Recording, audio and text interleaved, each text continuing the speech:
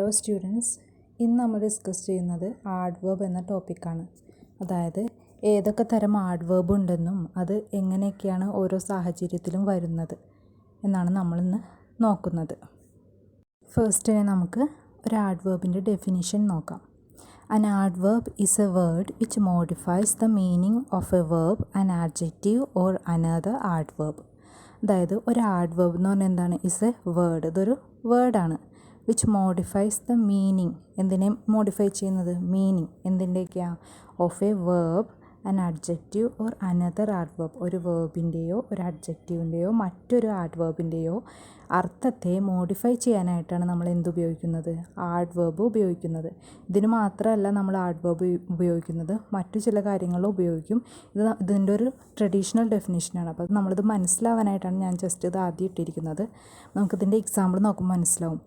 Rama runs quickly. Rama ഓടുന്നു എങ്ങനെ? Quickly, വേഗത്തിൽ. അപ്പോൾ റൺ എന്ന് പറയുന്നത് എന്താണ്? ഒരു വേർബാണ്. ആ വേർബ് റൺ എന്ന് പറഞ്ഞ വേർബിനെ മോഡിഫൈ ചെയ്യാനായിട്ടാണ് നമ്മൾ എന്തിട്ടത് അവിടെ? ക്വിക്ക്ലി, വേഗത്തിൽ ഓടുന്നു അല്ലേ? അത് വേഗത്തിൽ എന്നുള്ളത് ആ റൺ എന്നുള്ള ഓടുക എന്നുള്ള വേർബിനെ മോഡിഫൈ ചെയ്യാനായിട്ടിട്ടിരിക്കുന്നതാണ്. അപ്പോൾ അവിടെ എന്താ ചെയ്യുന്നത്? ആഡ്വേർബ് ഒരു വേർബിനെ മോഡിഫൈ ചെയ്യുക ചെയ്യുന്നത്. അടുത്ത എക്സാമ്പിൾ നോക്കാം. This is A very sweet mango. This is A sweet mango എന്ന് പറയുന്നത് മധുരമുള്ളൊരു മാംഗോ എന്നാണ്. അപ്പോൾ സ്വീറ്റ് എന്ന് പറയുന്നത് അവിടെ എന്താണ്? ആഡ്ജക്റ്റീവായിട്ട് ഉപയോഗിച്ചിരിക്കുന്നത്. അതായത് മാംഗോ എന്ന് പറഞ്ഞ നൗണിനെ മോഡിഫൈ ചെയ്യാനായിട്ട് നമ്മൾ ഉപയോഗിച്ചേക്കുന്നതാണ് എന്ത്? സ്വീറ്റ് എന്നുള്ളത്. അപ്പോൾ ഈ വെരി ഇവിടെ ഉപയോഗിച്ചാണ് എന്താ? വെരി സ്വീറ്റ് എന്ന് പറയുന്നത് ഭയങ്കര മധുരമുള്ള. ഭയങ്കര മധുരം എന്നുള്ളത് എന്താ? ഈ അഡ്ജക്റ്റീവ് സ്വീറ്റ് എന്ന് പറഞ്ഞ അഡ്ജക്റ്റീവിനെ മോഡിഫൈ ചെയ്യാനായിട്ടാണ് നമ്മൾ ഉപയോഗിച്ചേക്കുന്നത്? വെരി എന്നുള്ള ആഡ്വേർബ് ഉപയോഗിച്ചിട്ടുണ്ട്. അപ്പോൾ ഫസ്റ്റത്തേൽ നമ്മൾ വേർബിനെ മോഡിഫൈ ചെയ്യാൻ ഉപയോഗിച്ചു. സെക്കൻഡിലേക്ക് അഡ്ജക്റ്റീവിനെ മോഡിഫൈ ചെയ്യാൻ ഉപയോഗിച്ചു. തേർഡ് എക്സാമ്പിൾ നോക്കാം. Govind reads quite clearly. അതായത് ഗോവിന്ദ് നല്ല ക്ലിയർ ആയിട്ടാണ് വായിക്കുന്നതെന്നാണ് പറയുന്നത്. അപ്പോൾ ഗോവിന്ദ് റീഡ്സ് ക്ലിയർലി എന്ന് പറഞ്ഞാലും ക്ലിയർലിയും അവിടെ ഒരു ആഡ്വേർബായിട്ടാണ് വന്നേക്കുന്നത്. അതായത് വായിക്കുന്നു, നല്ല ക്ലിയർ ആയിട്ട് വായിക്കുക എന്നുള്ളതിനെ മോഡിഫൈ ചെയ്യാനായിട്ട് നമ്മൾ ക്ലിയർലി ഉപയോഗിച്ചു. അപ്പോൾ ഈ ക്ലിയർലി വളരെ ക്ലിയർ ആയിട്ട് നമ്മൾ ഉപയോഗിക്കാൻ വേണ്ടിയിട്ട് ഈ ക്ലിയർലീനെ മോഡിഫൈ ചെയ്യാനായിട്ട് ഇവിടെ എന്താ ഉപയോഗിച്ചിരിക്കുന്നത്? ക്വയറ്റ്. അപ്പോൾ ക്വയറ്റ് ക്ലിയർലി എന്നുള്ളതിൽ ക്വയറ്റാണ് എന്ത്? ആഡ്വേർബ്. ഈ ക്ലിയർലി എന്ന് പറഞ്ഞ ആഡ്വേർബിനെ മോഡിഫൈ ചെയ്യാനായിട്ടാണ് ഇവിടെ ക്വയറ്റ് എന്നുള്ള ആഡ്വേർബ് യൂസ് ചെയ്തിരിക്കുന്നത്. അപ്പോൾ ആഡ്വേർബ് നമ്മളിപ്പോൾ യൂസ് ചെയ്യുന്ന 3 സാഹചര്യങ്ങൾ പഠിച്ചു. ഒന്നല്ലെങ്കിൽ വേർബിനെ മോഡിഫൈ ചെയ്യാൻ, അല്ലെങ്കിൽ അഡ്ജക്റ്റീവിനെ മോഡിഫൈ ചെയ്യാൻ, അല്ലെങ്കിൽ ആഡ്വേർബിനെ തന്നെ മോഡിഫൈ ചെയ്യാൻ. ഇനി അടുത്തതായിട്ട് നമ്മൾ ആഡ്വേർബിൻ്റെ കുറച്ച് എക്സാമ്പിൾസും കൂടി നോക്കുന്നത്. അതായത് ഇതിൽ ഇപ്പോൾ പറഞ്ഞ കോൺസെപ്റ്റ്, അതായത് വേർബിനെയും അഡ്ജക്റ്റീവിനെയും ആഡ്വേർബിനെയും മോഡിഫൈ ചെയ്യണതിന് പുറമേ ആഡ്വേർബ് വേറെ എന്തിനെയൊക്കെ മോഡിഫൈ ചെയ്യാനായിട്ട് നമ്മൾ ഉപയോഗിക്കും?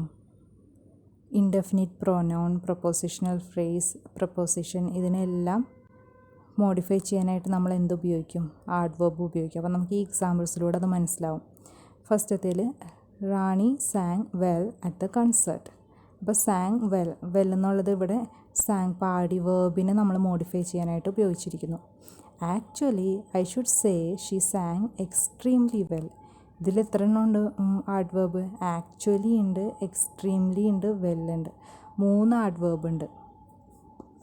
ഇതിൽ ആക്ച്വലി എന്നുള്ളത് എന്തിനാണ്? Actually modifies not just a verb but the entire sentence. ഇതിൽ ആക്ച്വലി എന്ന് പറയുന്നത് ഒരു വേർബിനെ മാത്രമല്ല, ഈ സെൻറ്റൻസിനെ മൊത്തം മോഡിഫൈ ചെയ്യാനായിട്ടാണ് നമ്മൾ ഉപയോഗിച്ചിരിക്കുന്നത്. Extremely modifies another adverb. Extremely മറ്റു ആഡ്വേർബിനെ മോഡിഫൈ ചെയ്യാനായിട്ടാണ്. അതായത് നെയിംലി വെൽ എന്നുള്ള ആഡ്വേർബിനെ മോഡിഫൈ ചെയ്യാനായിട്ടാണ് നമ്മൾ ഉപയോഗിച്ചിരിക്കുന്നത്? Extremely. And well modifies the verb San.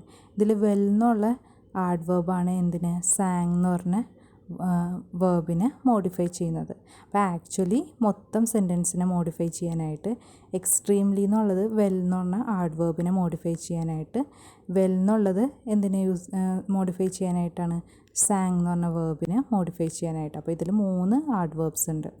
Har voice was sweetly melodious. ഇതിൽ നമ്മൾ നേരത്തെ പറഞ്ഞ പോലെ തന്നെ മെലോഡിയസ് എന്ന് പറഞ്ഞ അഡ്ജക്റ്റീവിനെ മോഡിഫൈ ചെയ്യാനായിട്ടാണ് ഇതിൽ സ്വീറ്റ്ലി എന്ന് പറഞ്ഞാൽ ഉപയോഗിച്ചിരിക്കുന്നത്? ആഡ്വേർബ് ഉപയോഗിച്ചിരിക്കുന്നത്. അടുത്തതായിട്ട് it sang right to the hearts of the audience. ശരിക്കും നമുക്ക് വേണമെങ്കിൽ it sang into the hearts of the audience എന്ന് പറയാം. പക്ഷേ ഈ സാങ് ഇൻ ടു എന്നുള്ള പ്രപ്പോസിഷനെ മോഡിഫൈ ചെയ്യാനായിട്ടാണ് എന്ത് ഉപയോഗിച്ചിരിക്കുന്നത് ഇവിടെ? റൈറ്റ് എന്ന് പറഞ്ഞ ആഡ്വേർബ് ഉപയോഗിച്ചിരിക്കുന്നത്. പിന്നെ അടുത്തതിലായിട്ട് nearly everybody felt the magic of her words. ഇവിടെ നിയർലി എന്നുള്ള ആഡ്വേർബ് യൂസ് ചെയ്തിരിക്കുന്നത് ഇതിലെ ഇൻഡെഫിനിറ്റ് പ്രൊനൗൺ ആയിട്ടുള്ള എവ്രിബഡിയെ മോഡിഫൈ ചെയ്യാനായിട്ടാണ്. അപ്പോൾ നിയർലി എവ്രിബഡി, അതിൽ എവ്രിബഡി എന്നുള്ളത് ഇൻഡെഫിനിറ്റ് പ്രൊനൗൺ ആണ്. അതിനെ മോഡിഫൈ ചെയ്യാനായിട്ടാണ് എന്ത് യൂസ് ചെയ്തിരിക്കുന്നത് ഇവിടെ? നിയർലി എന്ന് പറഞ്ഞ വേർഡ് യൂസ് ചെയ്തിരിക്കുന്നത്. പിന്നെ അടുത്ത സെൻറ്റൻസ് എന്ന് പറയുന്നത് over 500 people attended the function. അപ്പോൾ ഓവർ 500, ഇതിൽ ഓവർ എന്നുള്ളത് എന്താണ്? ആഡ്വേർബാണ്. അത് യൂസ് ചെയ്തിരുന്നത് 500 എന്ന് പറഞ്ഞ നമ്പറിനെ മോഡിഫൈ ചെയ്യാനായിട്ടാണ്. അതിൽ കൂടുതൽ, 500 ആളുകളിൽ കൂടുതൽ ഇതിൽ പങ്കെടുത്തു എന്ന് നമ്മൾ പറയുമ്പോൾ 500 ആളുകളെ മോഡിഫൈ ചെയ്യാനായിട്ട് നമ്മൾ എന്തുപയോഗിച്ചു? കൂടുതൽ എന്നുള്ള ഒരു ആഡ്വേർബ് ഉപയോഗിച്ചു. അപ്പോൾ ഓവർ ഇവിടെ എന്താണ്? ഈ 500 എന്ന് പറഞ്ഞ നമ്പറിനെ മോഡിഫൈ ചെയ്യാൻ ഉപയോഗിച്ചിരിക്കുന്ന ആഡ്വേർബാണ് എന്ത്? ഓവർ. പിന്നെ അടുത്തത് thousands listened to the concert from outside. ഇതിൽ ഫ്രം എന്നുള്ള പ്രപ്പോസിഷൻ്റെ ഒരു കോംപ്ലിമെൻ്റ് ആയിട്ടാണ് എന്ത് യൂസ് ചെയ്തിരിക്കുന്നത്? ഔട്ട്സൈഡ് യൂസ് ചെയ്തിരിക്കുന്നത്. ഇതിൽ നിന്ന് എന്ത് മനസ്സിലാക്കാൻ പറ്റും? An adverb can modify A verb, an adjective, another adverb, an indefinite pronoun, a prepositional phrase or even a preposition. ഇതിനെ എല്ലാം മോഡിഫൈ ചെയ്യാനായിട്ട് നമ്മൾക്ക് എന്ത് ഉപയോഗിക്കാൻ പറ്റും?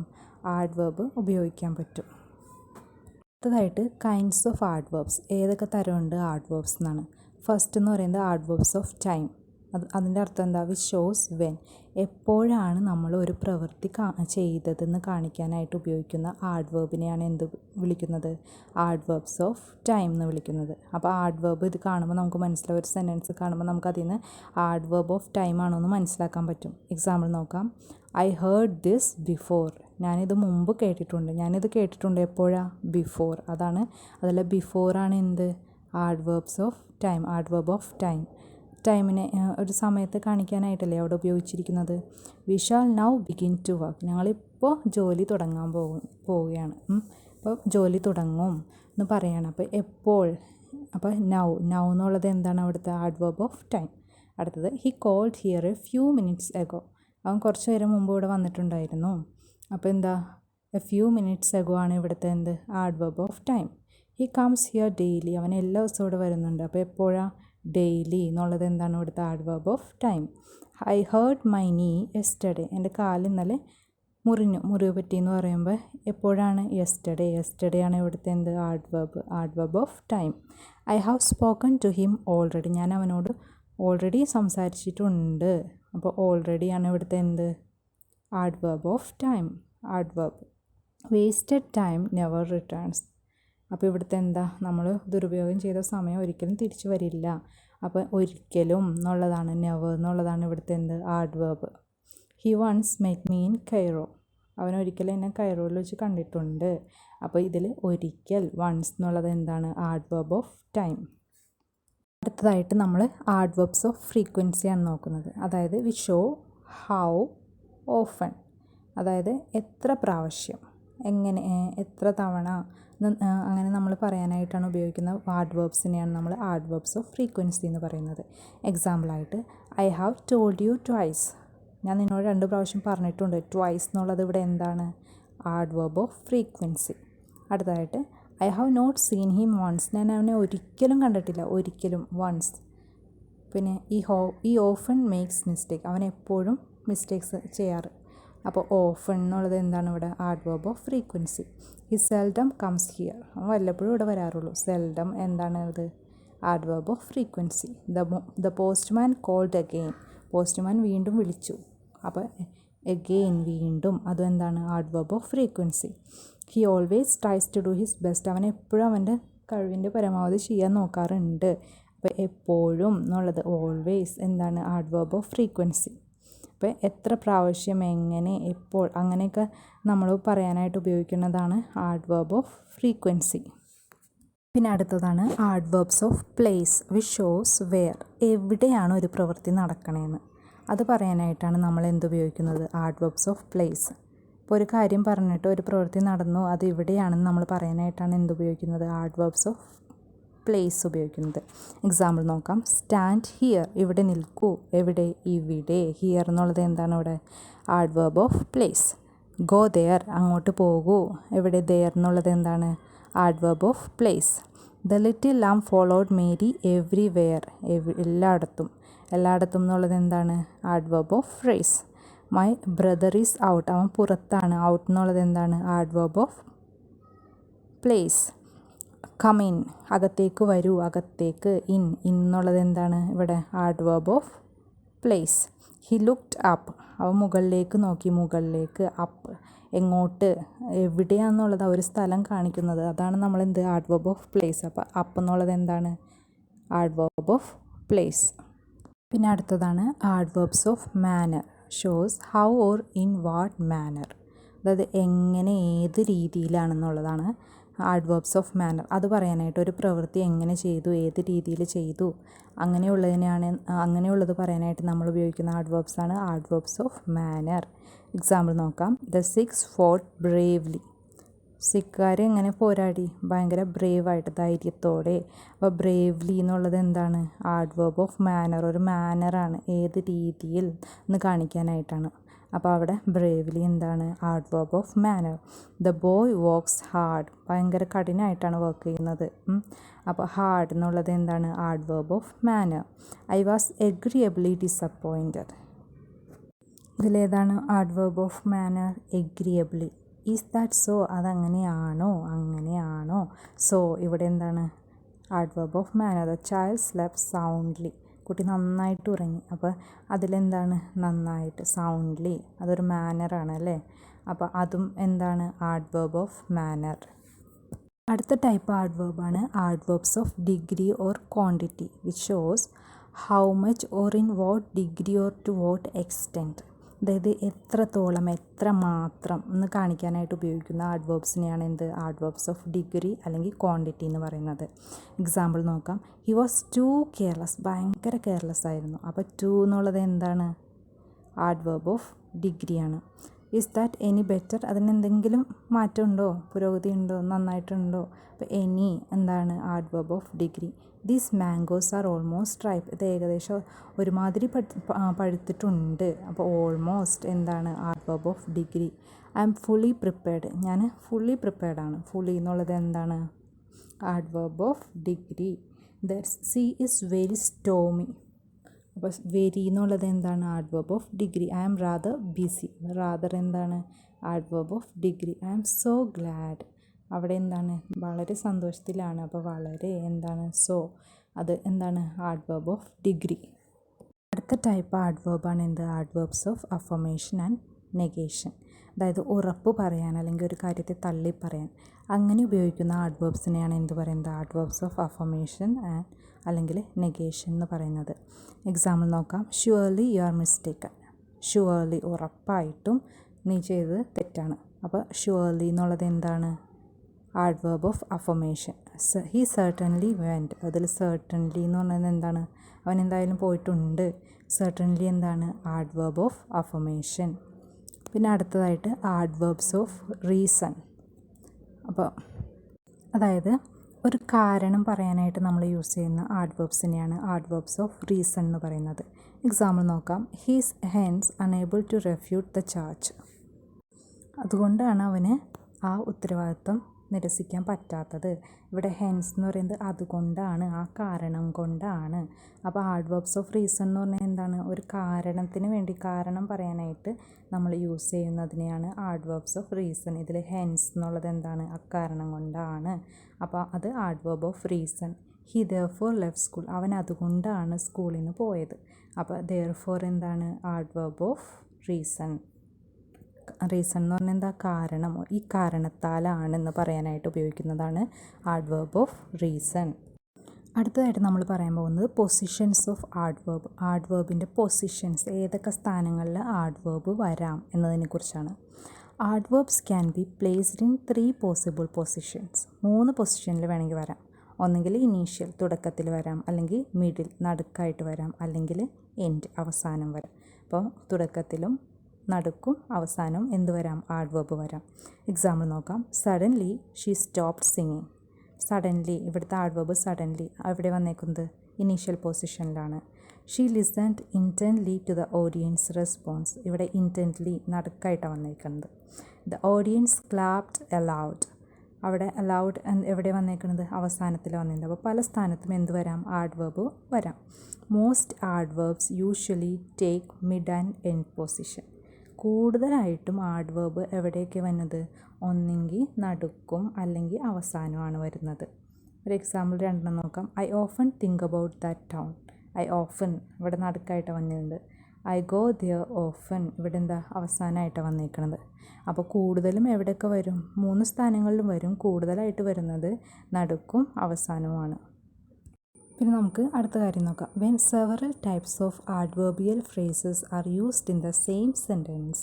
അതായത് ഒരേ സെൻറ്റൻസിൽ തന്നെ പലതരത്തിലുള്ള ആഡ്വേർബിയൽ ഫ്രേസസ് നമ്മൾ യൂസ് ചെയ്യുമ്പോൾ they are placed in the following sequence. അത് ഈ താഴെ പറയുന്ന രീതിയിലാണ് വരുന്നത്. എങ്ങനെയൊക്കെ വരുന്നത്?